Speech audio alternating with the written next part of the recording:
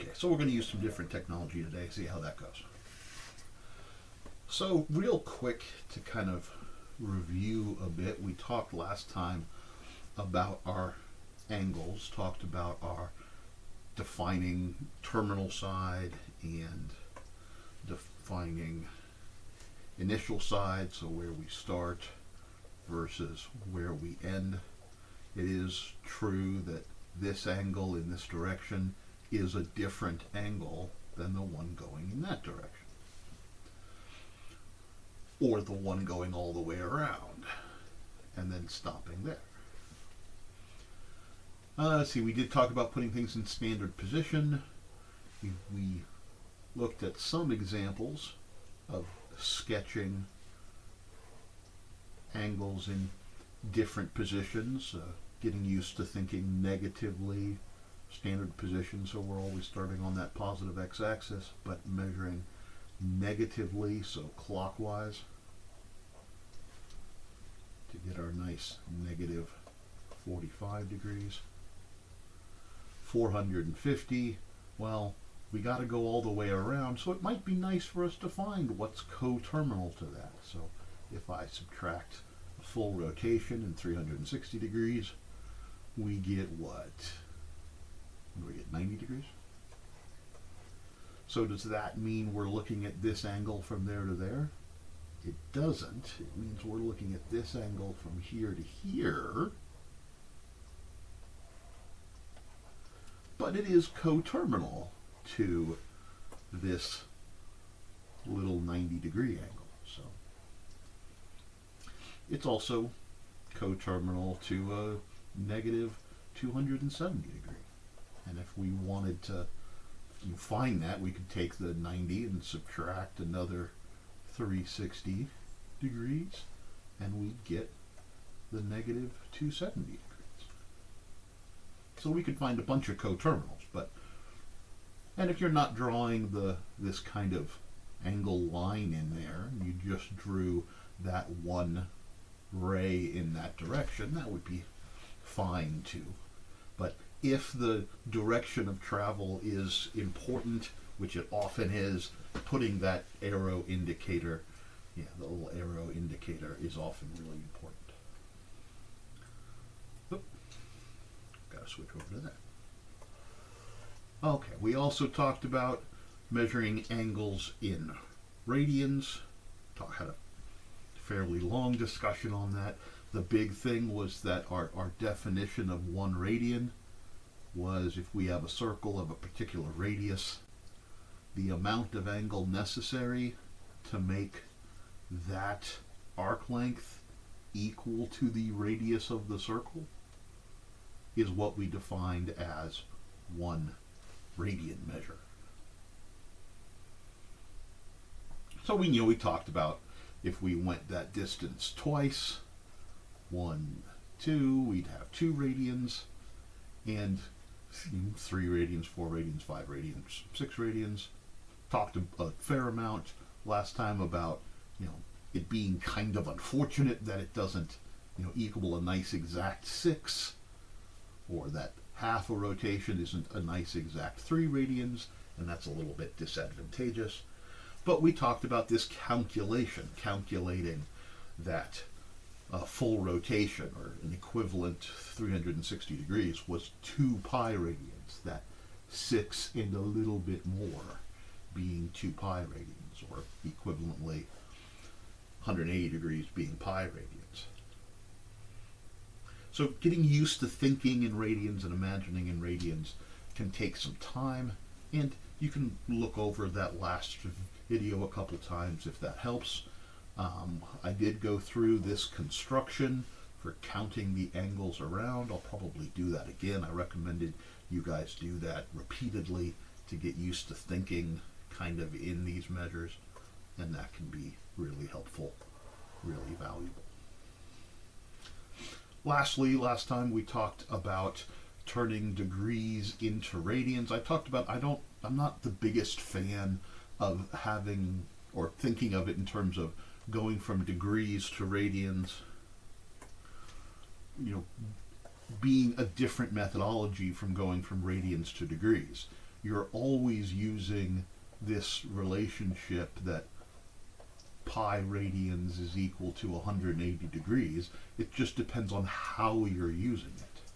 So if we want to go from degrees to radians, the way that we know which orientation to use is knowing that we're trying to get rid of degrees, so those degrees have to cancel, and we're trying to input a radian measure, so we have pi radians. And like we talked about last time, we don't have to necessarily write radians. It can be good if it's a habit that you like, as I did last time, and as I'll continue to do. Sometimes I'll write it, sometimes I won't. But we always have to write the degree symbol because it's not a ratio unit the way radians are.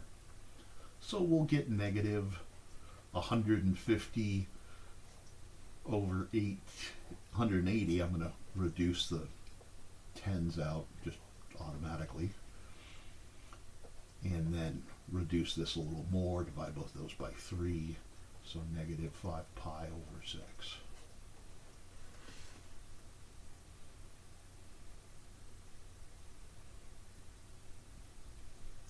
Now, one of the nice reasons that this turns into an actual exact multiple of pi is because the degree measures are exact cuts of the circle. A degree will add up to a full circle. Any degree measure is an even cut of a circle, as long as it's not like 150.3. Even that in a lot of ways. So, that's advantageous. But keep in mind that your radian measures don't have to be multiples of pi. They don't have to have a pi in it. We get really used to that because a lot of them are whenever they're clean cuts of a circle. But it doesn't have to be. So we know this is a radian measure not because there's a pi there, but because there's no degree symbol. So it doesn't have to tell us it's radians as long as we know it's an angle. If it doesn't say degrees, it has to be radians. And that's that unitlessness of radian measure coming back in man. It turns into something super, super helpful. So we're getting rid of radians. So we need our equivalency, and our equivalency is pi radians to 180 degrees. That'll get rid of our radian measures, which we're not writing, but we know they're there, and introduce our degrees. So, just to make this nice, I'm going to do a little pre-canceling. So 60, and then what, 420. The pi's will cancel nicely, and our degrees come over. So what, 420 degrees? That's not bad.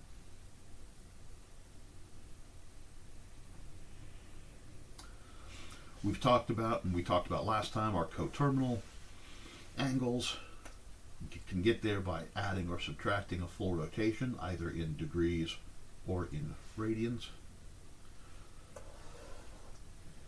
And, oops. Well, I think we had some homework problems on that. Area of a circle we didn't talk about last time, so I do want to talk a little bit more about that real quick before we talk about linear and angular speed. It is just a nice formula, but it would be nice to kind of have a sense of where this formula comes from. So if we look at a circle real quick, let's grab us a circle. We know what the area of a circle is. We know the area of a circle is good old pi r squared.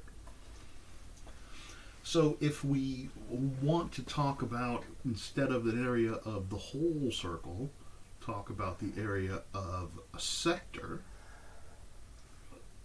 A sector is, kind of like a pizza slice bit of it. Now, this one's drawn in standard position. It doesn't have to be in standard position.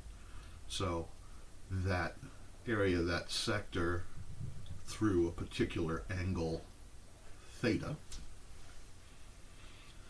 Well, the key is that that is going to be a proportion of the entire circle. So, well, what proportion of the entire circle is it going to be? Well, it's going to be the part out of the whole. Think of it like a percentage of the whole circle. Well, what part? Well, theta radians out of, how much is the whole circle in radians? Well, it's 2 pi radians. So essentially this would give us a percentage. Now you could do this with degrees. I'll put circle here in a second. Well, I'll do it right now. So that percentage of pi r squared. You could do that in degrees too. If you had an angle, we often use phi for angles too, so might as well get you guys used to that. Phi. So if we had phi in degrees, we'd go so many degrees out of 360 degrees as the part over whole of the circle's area. And you can do that. It works. But it doesn't build this nice formula. This is the formula for an area of a sector in degrees. And you really can't do anything more with it. The nice thing about this version in radians is you can see we can reduce it. Those pi's cancel. 1/2 theta r squared, which is what we have up here.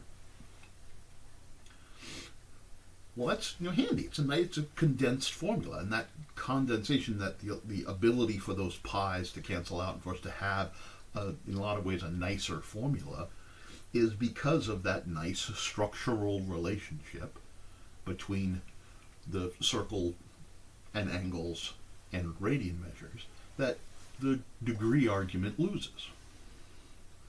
So I think we have an example here. Want to design a sprinkler that will cover a field of 100 square yards. Oh, I want to do a different example first. We'll come back to that. So if we have some radius r and we know the angle that we're going through, we can find that nice little area.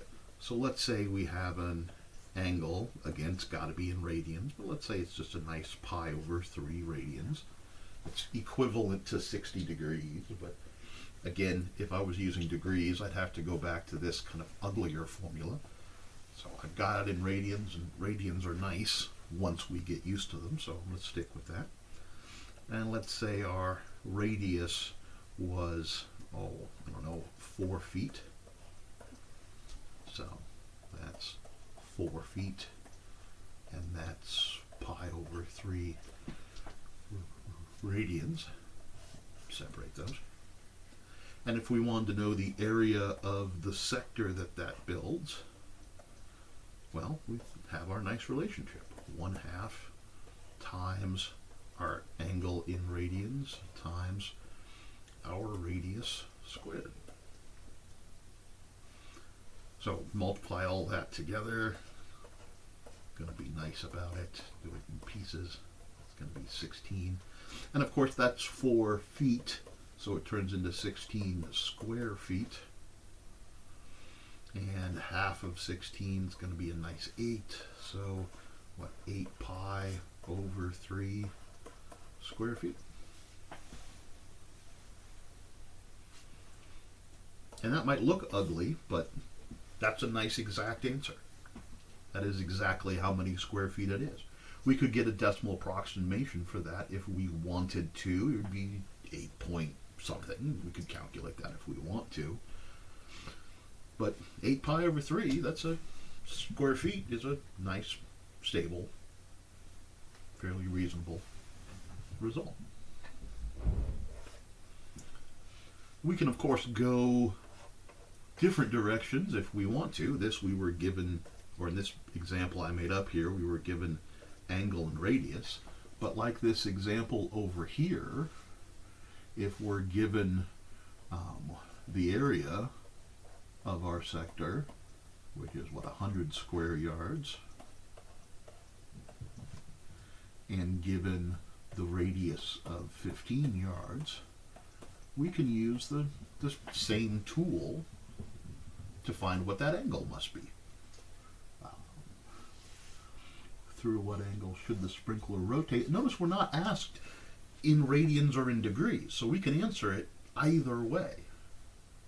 If it told us to answer in radians, we must answer in radians. If it told us to answer in degrees, we must answer in degrees.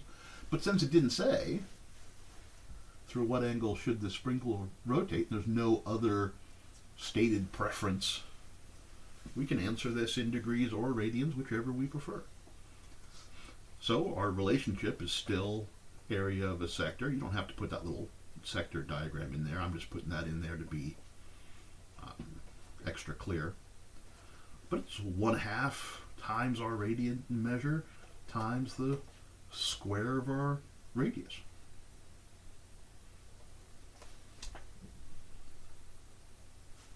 And we know that that is, oh, I should have put an R there just to keep referencing my clean formula. Don't need those parentheses, of course, again, just being explicit. So 100 square yards is 1/2 times the unknown angle times our 15 squared. 15 squared, I believe 15 squared is what, 225? Why am I suddenly insecure about that? That doesn't sound right. Yeah. Well, let's say I didn't know off the top of my head. I'm just going to leave it 15 squared. We'll play with it as we go along. Equals 100. Multiply both sides by 2, 200. Oh, I like doing it this way. Theta times 15 squared. Divide both sides by 15 squared. It's dividing both sides by 15 twice. I get to have fun. Equals theta. Divide that by 5. Divide that by 5. What's 200 divided by 5? 40. Then divide that by 5 and that by 5. So 8. So we get what? 8 ninths. And for clarity, radians.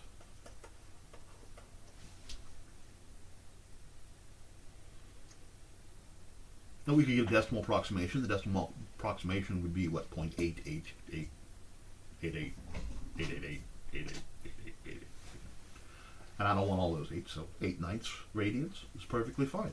And it's going to feel really weird and uncomfortable for a while to get something like 8 ninths radians and stop and just go, that's an answer.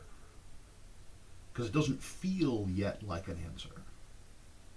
But it's a little less than 1 radian. We know 1 radian is the amount where this radius is there, so it's a little bit less than that. So it's 8 ninths radians. It's a totally fine, reasonable answer. But I can understand wanting to convert it to degrees, to be able to look at it and go, oh, okay, whether that seems like a reasonable number or not. But you'll get used to it the more you kind of make yourself work in radians. Let's see, I would think that's somewhere in the high 40 degrees, low 50 degrees. Not sure exactly where. I'd have to convert it. I think the 225 was right, but I liked doing this. That was fun. One of the things to be sure of, we're not done yet. This is, kind of an answer, but this problem was a word problem. And if we're asked a problem in words, we need to answer the problem in words. I'm going to say that one more time. If we are asked a problem in words, we have to answer the problem in words. So, written to us in sentences, we got to answer in sentences. So, through what angle does the sprinkler rotate? Well, the sprinkler rotates through the sprinkler rotates through, which just rotate through is just an amount of turns, so how much does it spin, if that helps. It rotates through 8/9 radians of angle. Now your sentence doesn't have to look like that necessarily. You could just say, you know, it goes through 8/9 radians. Okay, that would be a little bit ugly of a sentence. It would probably irritate me a little bit, but at least it's in a sentence. So a sentence that tells us not only, you know, what the numeric value is, but gives it units and gives it context is important. And I will be looking for those things on things like your tests and your focus sets and all those things. If the problem is given to you in words, sentences, we have to answer it in sentences. So if you don't have that habit, build that habit up.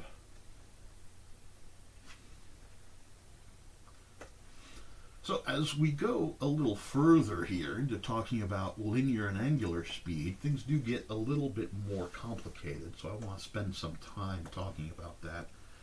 But I do want to reference one of the relationships that's not really stressed as much in these notes. I stressed it a lot last time, is this one, that S equals theta r. And I said that came from a fairly formal version of our radian measure definition. The angle in radians is the ratio between the arc length of the circle and the radius of the circle that the angle's inscribed in.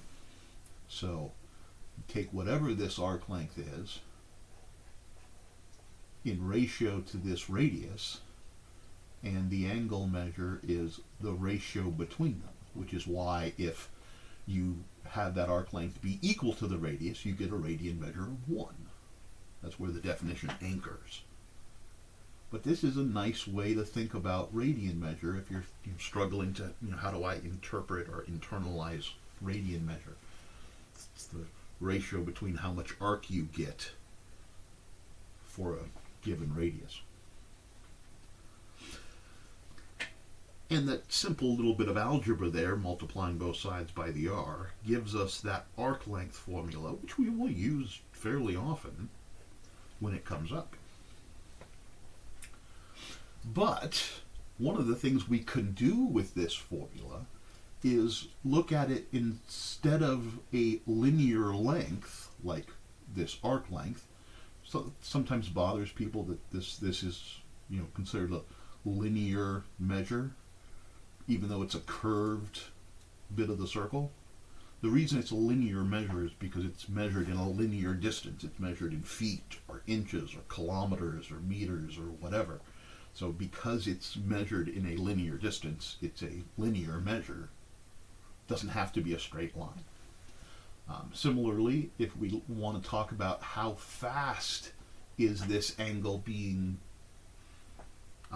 propagated, how fast is it turning or spinning, we can go to angular speed. It's measuring speed along an angle, an angular measurement, either degrees or radians. We'll be doing radians, of course, because that's where our definition and our formula is coming from. But linear speed is just any linear measure per time, so feet per second, miles per hour, kilometers per year, whatever it happens to be. That's a linear velocity, a linear speed. Angular speed is the same type of thing, an angle measure per time. So it could be degrees per second. We don't want to use degrees here, again, because our formulas are going to be radian based. So radians per second, radians per day, radians per year, depending on how fast something is rotating or spinning. So by definition, a linear speed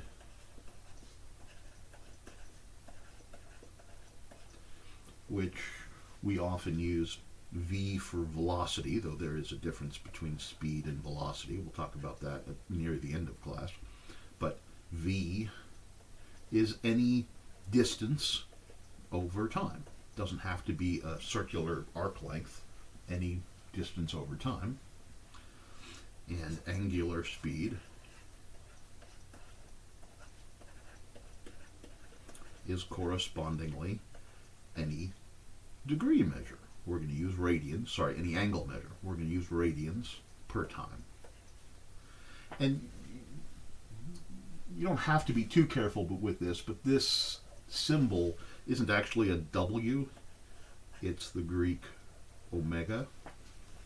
But if you call it W, no one's going to give you too much trouble yet in your life. But if you can get in the habit of thinking of that as the Greek omega, it'll save you some time later.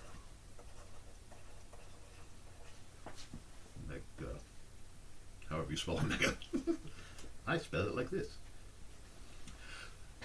So the nice thing about those definitions is that if we take that arc length relationship and divide both sides by t here, we get s over t equals, we can divide that t into either one, so r over t theta. We'd have to distribute it if it was plus or minus, but because it's multiplication, we can just break it up however we want. And that turns into the relationship that this section's talking about here, that linear velocity or linear speed is equal to angular speed times the amount of angle we go through. Or the v equals omega theta. Sorry. I got excited. I did that backwards. Let me retrace that. I want that radius to stay separated, and I want the angle per time, not radius per time. Oh, sorry. So r angle per time, that's our omega. So linear velocity equaling r times omega, our angular, our linear speed equaling our radius times our angular speed. So, for example, if you, say, spin at, let's just say pi over 6 radians per minute. So it's a fairly slow, gentle spin, 30 degrees every minute, if you want to visualize it, as we're getting used to radians. And the object that you have that's spinning, say it's a little mounted wheel that's spinning, say that has a radius of 3 feet. So a little 3-foot radius disc is spinning at pi over 6 radians per minute. The question is, well, this little spot, or technically any spot on this circle, how fast is that spot going in feet per minute? So what is the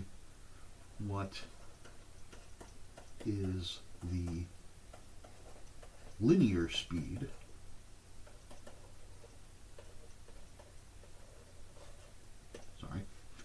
of the edge of this disk of yours?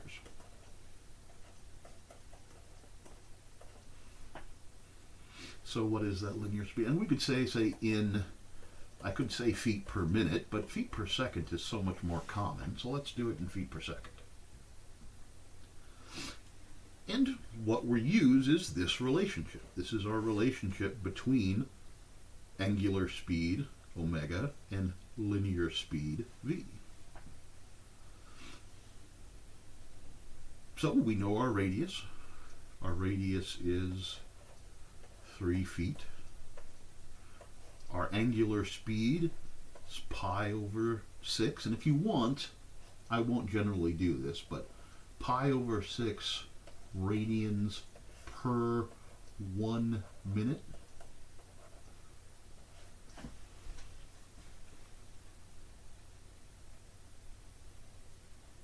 You normally wouldn't write it that way, but if that helps you kind of see what we're talking about in terms of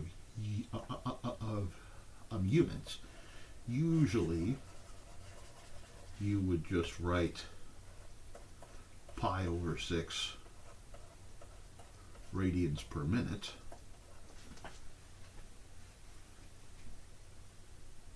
And that's fine, and that's going to give us a linear speed. 3 times pi is 3 pi over 6, and that's feet times radians. But again, remember, radians is a ratio unit. It's a unitless measure. It doesn't have a contaminated unit. So that just gives us feet per minute, or a linear velocity of pi over 2 feet per minute. Now again, that might bug you having a pi in there, but remember, pi, it's 3.14, 1592650, big number, but 3.14-ish. So 3.14 divided by 2, that's 1.57 and change. So this edge is spinning at about 1.6 feet per minute. That should seem fairly reasonable. The only problem is we were asked for feet per second, so we got to mess with this a little bit. So our linear velocity of pi over 2 feet per minute, we got to turn that into feet per second. So we're just going to use some more of that dimensional analysis. We've got feet per minute. We want to get rid of minutes and put in seconds. And we know 1 minute is 60 seconds. So our minutes are going to cancel. Oh, that's not this problem. That's just a problem I made up. So we'll hold on to that in a second. So that's going to be what? Pi over 120 feet per second.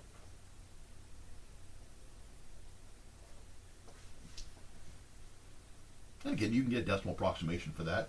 It should be a fairly small amount of feet per second. If it's going 1.6-ish feet per minute, that's going to be a very tiny amount of feet per second. So we could say the linear speed of the edge is pi over 120 feet per second. If you wanted to put that in a decimal approximation, you could put that in a decimal approximation.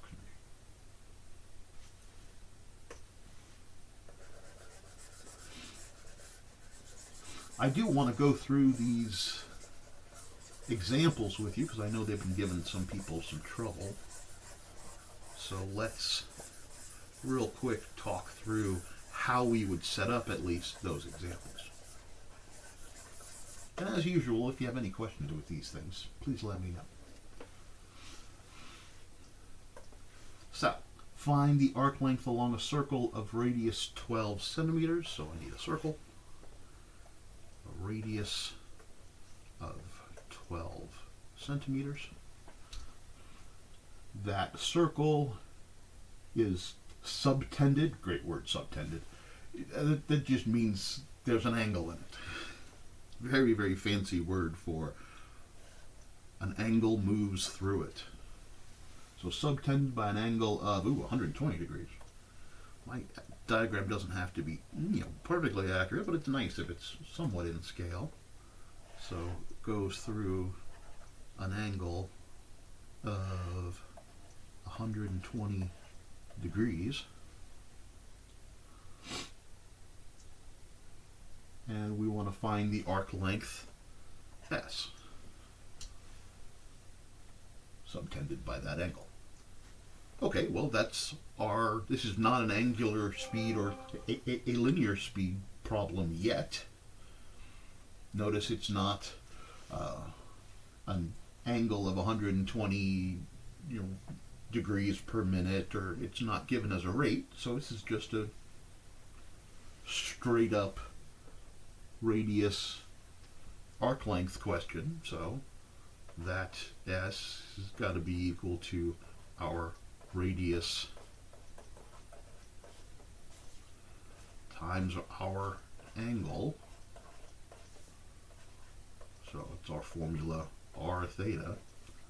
But again, for this formula to work, that angle has to be in radians. You might even think about it, this like radius and radians.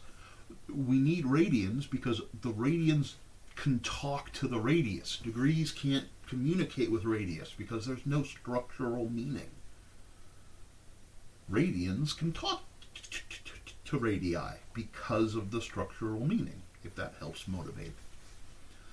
So before we do anything, that 120 degrees, we should really turn that into radians.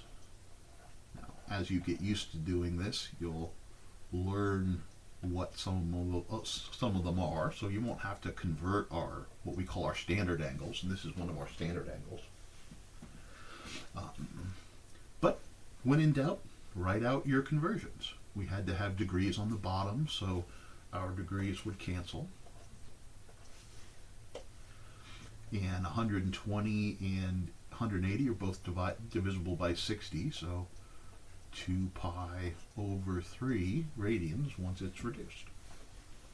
So that's equivalent to 2 pi over 3 radians.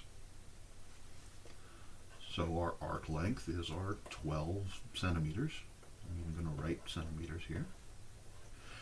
Math people often don't write all of our units all the time. Physics people often do. Engineering people, sometimes they do, sometimes they don't. Kind of depends on the particular culture of that sub-discipline. But when in doubt, write your units down to track what's happened. If you don't write them down and your answer is in the right units, I'm not going to argue with you. But if you want to make sure your units are right, it can be good to track them. And again, we don't need units on the radians because it's a ratio unit. So then again, S equals, do some nice canceling here. So what do we get? 8 pi centimeters. And again, it might feel awkward to leave it and say that arc length is 8 pi centimeters. That arc length there is 8 pi centimeters. I mean, you're not going to go to Home Depot and say, I need enough of this yard stripping or, little fence or whatever you happen to be doing. I need 8 pi centimeters worth of this, or I need 8 pi feet of this edging material. I mean, I do, but most people don't give references in Home Depot in relationship to pi. So you can feel free to get a decimal approximation from this if you want. But the nice thing is 8 pi centimeters is an exact value. It is an exact, precise value for that arc length. If you get a decimal approximation, it'd be what, 24, 25-ish centimeters? Fine. But know that those are approximations. If you're asked for an exact answer, leave the pi's in there, or it's not an exact answer. But the arc length is 8 pi centimeters is a perfectly fine answer and didn't take as extra work. Getting all these decimal approximations can be a lot of extra work. Save your time. Okay, minute hand of a clock. Oh, these come up a lot. People love minute hands of clocks moving around. Mostly because it's something that we see a lot in our lives, particularly before digital things were everywhere. Things that move through angular distances. So moving clocks work a lot. So the minute hand of a clock, if I give myself a circle here, once I get back to a pen, I like this board so much better than the other one. Got my circle-ish, looks kind of like a circle. And we're told that our hand is going to be 6 inches long. So that's essentially the radius of the circle that end of that clock hand traces out. How far does the tip of the minute hand move in 25 minutes? Oh, okay, so it's another arc length question. That's good. I like arc length questions. How far does the tip move in 25 minutes? Round your answer to the nearest decimal place. So visually, in 25 minutes, we'd know in half an hour it should be over here. So 25 minutes, a little bit less than half an hour. 25 minutes. But 25 minutes doesn't sound like an angle. We know in 25 minutes it should go through some angle, but we want to take that 25 minutes and turn it into an amount of angle. And we could do it in degrees or radians, but since we know we want radians in the end, we just do it in radians to begin with. So all we'd have to know is a relationship between minutes and radians.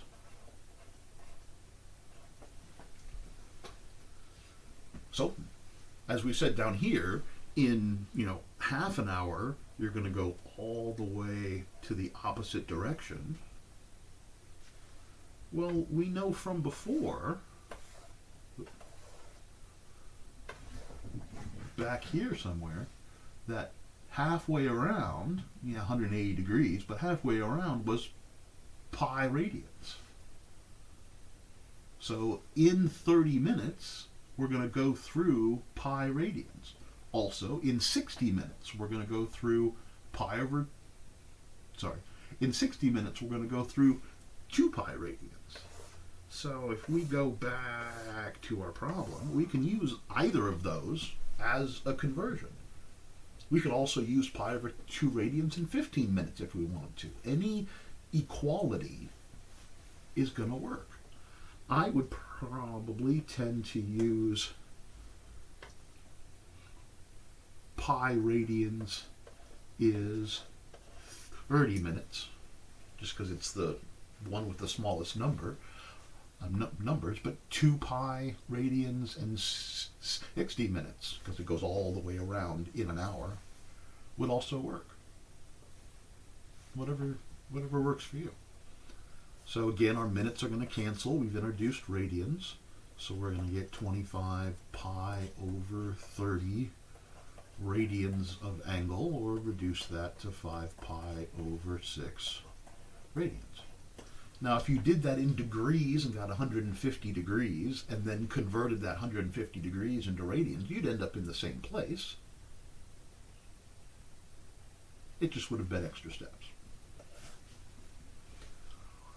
So if we want to know how far does that minute hand go in 5 pi over 6 radians, so what's that arc length? How far does it travel? Well, that's just our arc length formula. So S equals r theta. So that distance is the radius 6 in inches. And our amount of angle, 5 pi over 6 radians. So that arc length is 5 pi. This was in inches, so that's in inches. And just like before, that's an answer. That's an amount of inches. It's an exact amount of inches. It's a little more than 15 inches if you want to get a decimal approximation. But if you want an exact answer and don't want to have to do any more work, that's your answer. And it can even be a really, oh wait, are we told? Round your answer to 2 decimal places. Okay, then we have to turn it into decimals. Okay, fine. Well, then I'd have to turn that into decimals. I could say a little more than 15, but then I wouldn't have 2 decimal places. So 5 times. So a little technology to help us out. 15.71 rounded to 2 decimals. So 15.71 inches.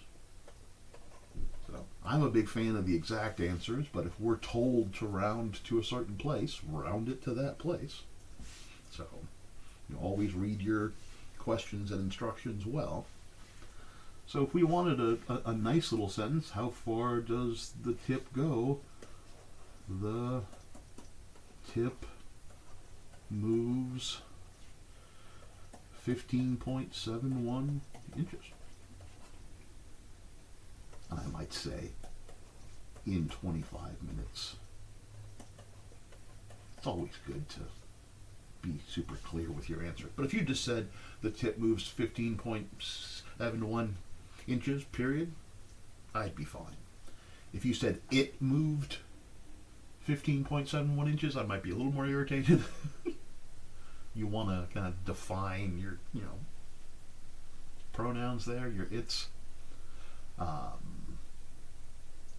If you just wrote moves 15.71, that would irritate me. It's not a sentence. And input your units, your inches. So, don't go crazy with your sentences, but make sure they're complete and express what you need to express.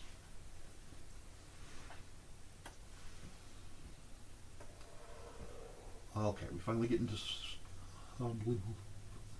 linears. No, that's right. We jump all the way to coterminals for some strange reason. There are linear speed. Yeah, there we go. Ooh, bicycle tires and vinyl record players. Yeah, those are classics. Okay, 2 positive and 2 negative angles.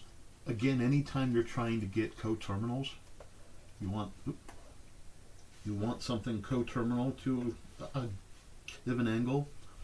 Add or subtract rotations. So 5 pi over 4. Yeah, 5 pi over 4. You want to get something else that's coterminal to it. Add a full rotation. Add 2 pi. 2 pi in fourths is 8 pi over 4. Just common denominators. So 13 pi over 4.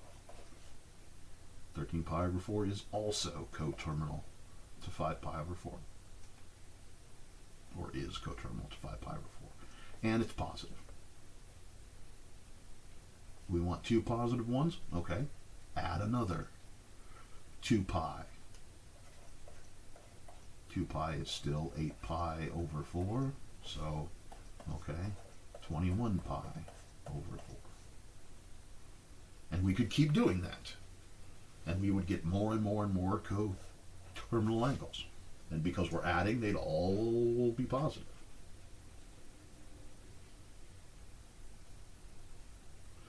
If the angle was large enough, if it was already bigger than a full rotation, subtracting 2 pi would give us another positive one. But because it's smaller, that's not going to happen. But if we want negative angles, instead of adding a rotation, just the same thing. Subtract a rotation. So subtract your 2 pi.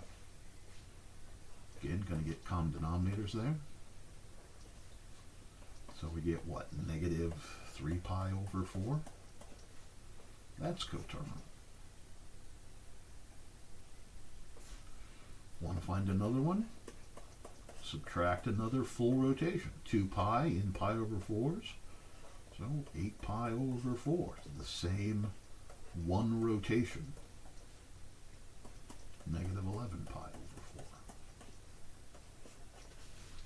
4. And you could keep doing that and get others. Negative 19 pi over 4 would also work. Negative 27 pi over 4 would also work. Negative 35 pi over 4 would also work. I'm just subtracting another 8 every time and getting another coterminal. Subtracting another 8 pi over 4, obviously. But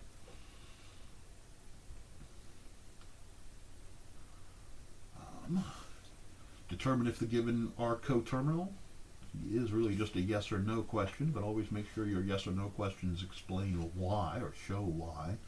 But if we just want to graphically look at alpha here at 60 degrees, a lot of Greek and trig, I know.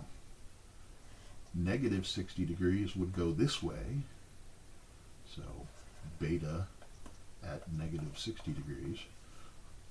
Those two terminal sides aren't in the same location, so no.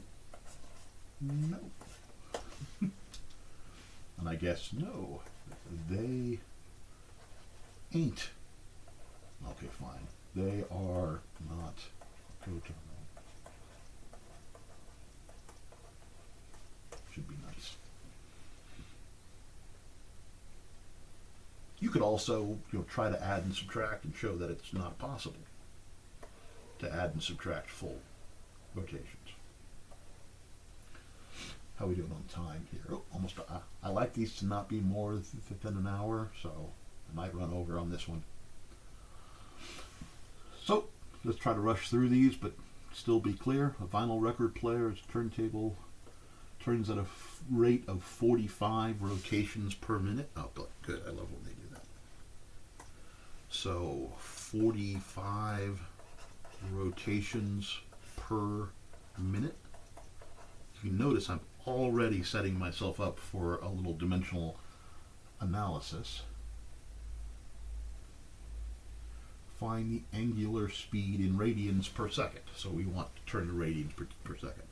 Okay, so we want radians per second in the end. So that means we have to turn rotations into radians and minutes into seconds. So we'd need a relationship between rotations and radians. We'd also need a relationship between minutes and seconds, so that our minutes will cancel and our rotations will cancel, leaving us radians per second. Notice I'm setting up my units before I put in any of the numbers. It's a good habit for dimensional analysis. If you're not in that habit, just helps you stay organized. So we need relationships. We know that there are 60 seconds in 1 minute, that those are the same. We know that one rotation is 2 pi radians, based on the work we did before. So minutes and rotations will cancel. I'm going to quickly divide these by 15 just to make my numbers smaller before I start multiplying stuff. I can even divide that by 2. So what? That's going to be 3 pi over 2. So 3 pi over 2 radians per second.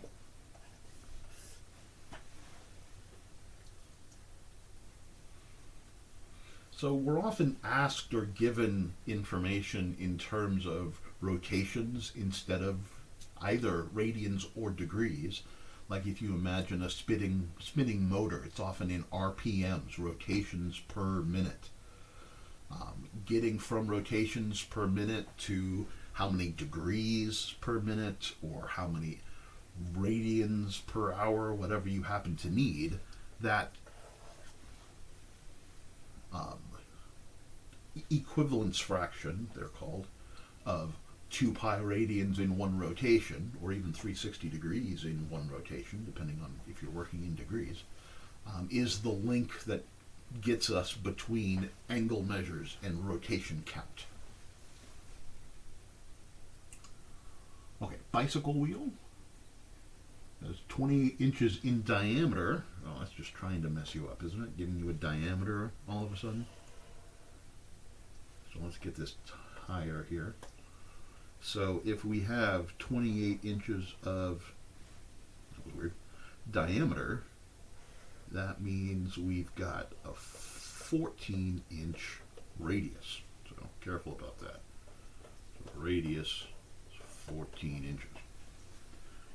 A tachometer determines that the wheel is rotating at 180 RPMs. Oh, cool. We just talked about that. So 180 RPMs. I'm going to write that as rotations per minute because we know we're going to do some dimensional analysis with it. At what speed is the bike traveling in miles per hour?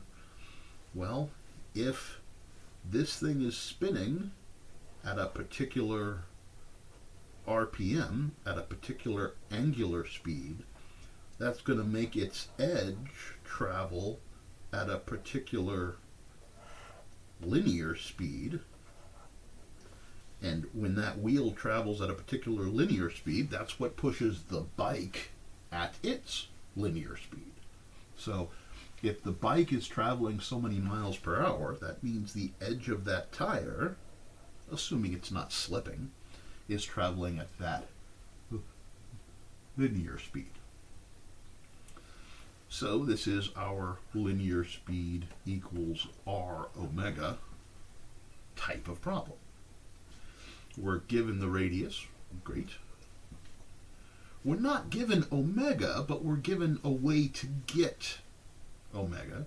We, like the problem before, have to turn rotations into radians. So 1 rotation's 2 pi radians. So 360 pi radians per minute is our omega. That's our rotational speed. Now we want this in miles per hour, not inches per minute, so we're going to have to do some conversions, and we kind of have to decide when we want to do that. Right now we've got, let's just find linear speed first in the units we're given, and then we'll worry about converting it. So we've got 14 inches and 360 pi radians per minute. Weird having 360 and pi in the same little expression, isn't it? So if we wanted to multiply that, 360 times 14, I don't want to do that off the top of my head. That's what I have a calculator for, right? So 360 times 14. What did I get, 50, 40? Okay. So 5,040 pi inches per minute. That's a lot of inches per minute. But this wheel's spinning pretty fast. That's pretty big. So I'm okay with that so far. And inches per minute's just a weird measure. Nobody thinks in inches per minute. And again, you could multiply by pi and get a decimal approximation for this if you wanted to. And we might, in the end, just to see if it's a reasonable sounding number. But we don't have to, and I'm certainly not going to do that until the end. But we do need to get rid of inches and turn that into miles. So we got to get rid of inches, and I'm going to put in feet because I don't know how many inches are in a mile. And then get rid of feet and put in miles because I do know how many feet are in a mile, and I will expect you to know that as well. Just be careful about that. We also have to get rid of minutes and put in hours. So, how many minutes in an hour? 60 minutes in 1 hour. How many feet are in a mile? Well, 1 mile is 5,280 feet. And yep, I expect you guys to know that. It's a good thing to know. And 1 foot is 12 inches. So we got to multiply all that out. Doing some simplifying first would probably be helpful. So how about 12 goes into 65 times? Of course, our minutes cancel, our inches cancel, our feet cancel, so we're left with miles an hour. It's always good to check, make sure that works. Not too much more I can do with that. I mean, it'll reduce, so I guess I could take that 10 and that 10 away. These will both divide by 2, but I don't want to get too fancy here, so let's write all this before I start doing too much and making a mess here. 504 times pi times 5, and on the bottom we're left with 528 miles per hour. I'm certainly not going to leave it there, but don't do too much all at once. I could divide both of those by 2. Was that 250, 264, and 202? 202 times 5 is easy. That's what, 1010, so that's nice. Pi over 264. So, it's back to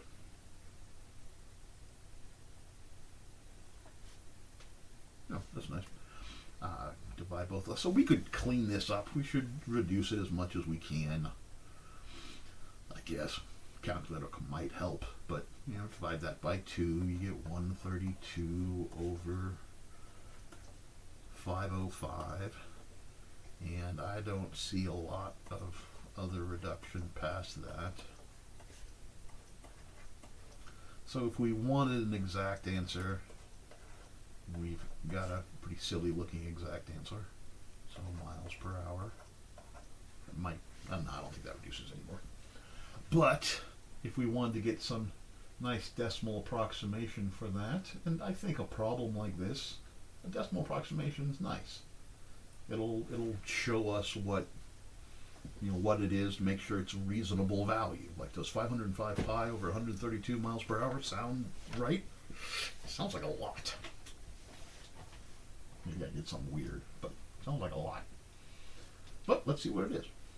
So 505 times 3.1415926 divided by 132. Oh, 12. Okay. It's not that big. 12 point, about 12.02. Did it say how much? Nope, doesn't say how much. So 12.02 miles per hour. So a bicycle going 12 miles an hour, totally reasonable seeming number. Now, would I still accept this answer? I would love that answer.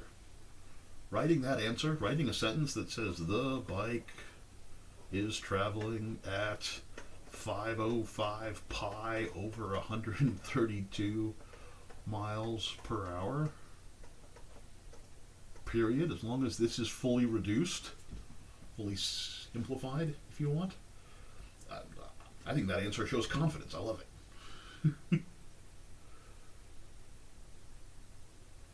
But, saying 12 miles an hour would also be nice. This doesn't tell us what to round to, so round it to whatever seems reasonable. Do make sure you look and check what it wants. So hopefully those were helpful. I did more kind of review than I did last time because I wanted to make sure we saw all the stuff on the notes. I think it's really helpful to have the notes here. That's one of the reasons I had to change software. And we'll keep going with these, but if something comes up and you need anything, let me know. I'm going to work on getting more of these out ahead of you, so you're not having to wait for me. That should start happening soon. And until I talk to you again, have a wonderful day.